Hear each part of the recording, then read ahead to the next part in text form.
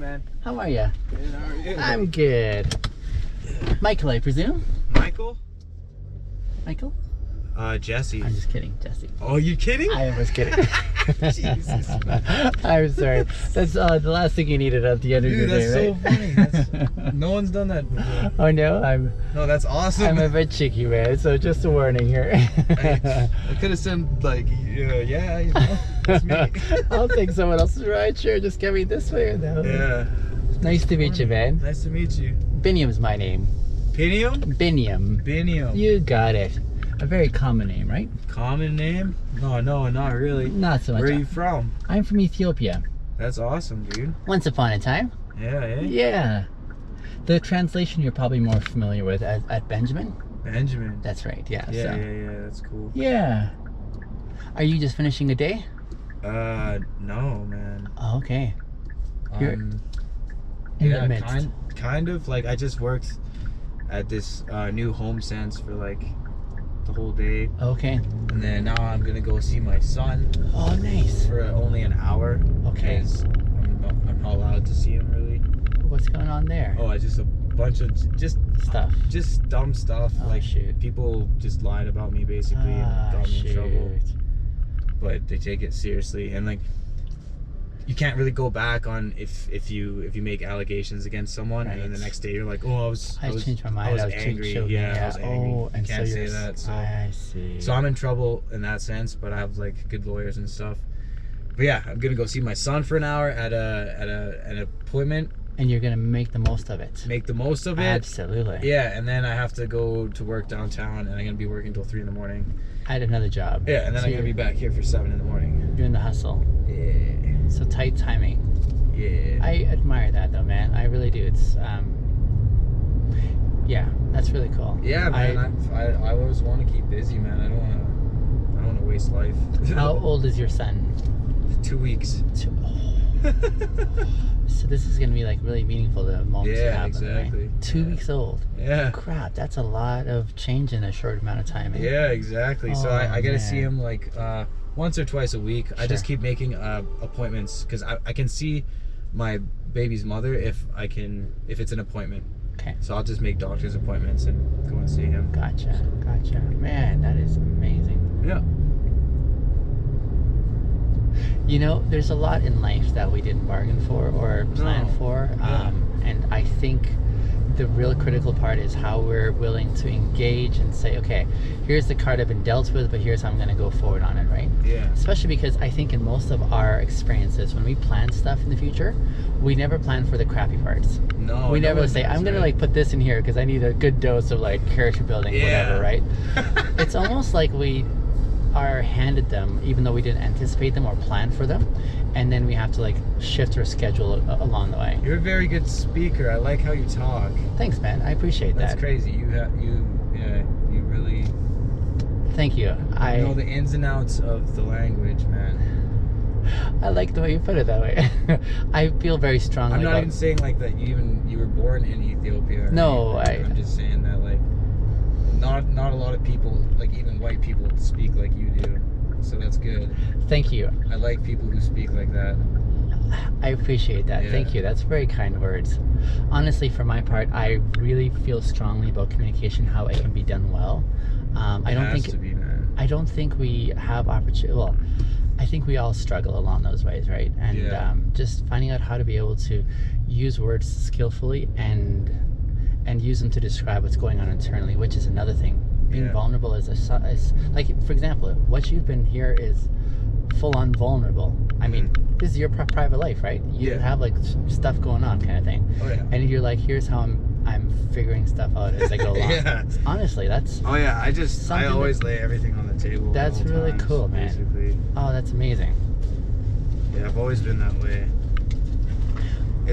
It's gotten me out of a lot of trouble, to be honest. Like, yeah, like trouble finds me usually, but I'm always honest and I always speak like what I'm thinking. Yeah. And I'm never usually thinking bad things. Sure. It's okay for me to speak what I'm thinking. Sure enough. And that's the part. I love communication because for me it's a tool that I use to get to the intentions of a person. Mm-hmm. So regardless whatever they did, my real question is, what was your intention in this? Like, what was the heart of it? It may be a good thing, even though it had a bad end, kind of thing, right? Exactly. Like, how do I get to that point? And I can't see any way around it except for learning how to like ask the right questions, learning how to hold judgment, learning how to be able to engage in a way that says, I want to give you the benefit of the doubt. That's another skill that we could use a lot more in our context, right? So do you do something else? Like, I drive Uber. That's it. Well, on like occasion, I still teach. I still teach English.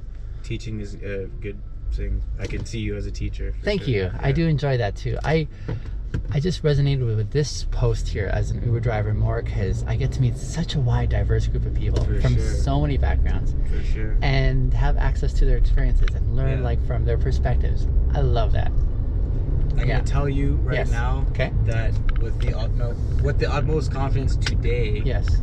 Today is the first day that I've felt this confidence in this statement. That I am actually going to be a very wealthy and famous rapper. Nice. I just kind of got the confirmation today. Internally. Just now. Whoa. No, like on social media and everything. This is momentous. Yeah. This is huge. Yeah, because I've been working. Like I went to college for sound engineering when I was 19. I'm 30 now. Okay. So I've been like trying to get where I'm at now for at least 12 years. Yeah. And it's just fell into place today, finally. That's amazing. Yeah. I love the confidence you're coming with too. You're like, this is happening. Yeah.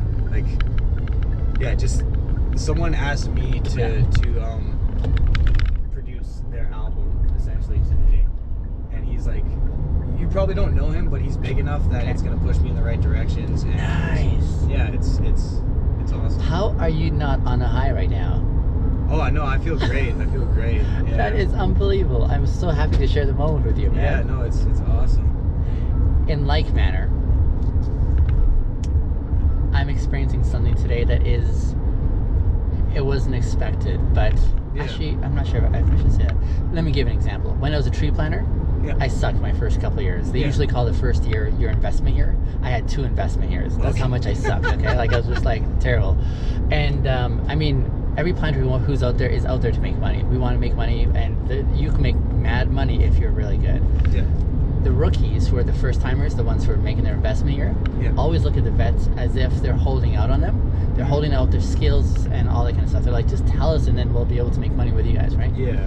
So I made a promise to myself. I said, if I ever get successful as a planter, I'm going to spill the beans. I'm going to tell all the rookies, here's how you make it, kind of thing. Right? Yeah.